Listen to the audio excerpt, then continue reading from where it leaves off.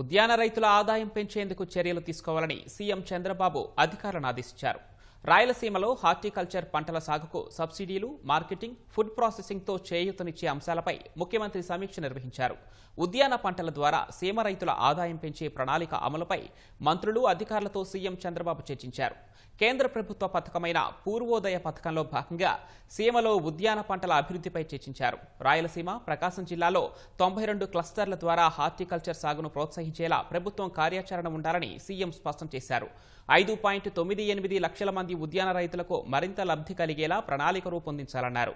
మారుతున్న ఆహారపు అలవాట్లు, డిమాండ్ ఉన్న పంటల సాగు, టెక్నాలజీ వాడకాన్ని పరిగణలోకి తీసుకుని హార్టికల్చర్ పంటలకు ప్రోత్సాహం కల్పించే దిశగా ప్రణాళికలు రూపొందించాలని సూచించారు. డ్రిప్, సాగునీరు, రవాణా, సాగునీటి ప్రాజెక్టుల నిర్మాణం, ఫుడ్ ప్రాసెసింగ్ పరిశ్రమలు, మార్కెటింగ్ సదుపాయాలు కల్పించడం ద్వారా హార్టికల్చర్ రైతుల ఆదాయం పెంచేందుకు చర్యలు తీసుకోవాలని సీఎం దిశానిర్దేశం చేశారు.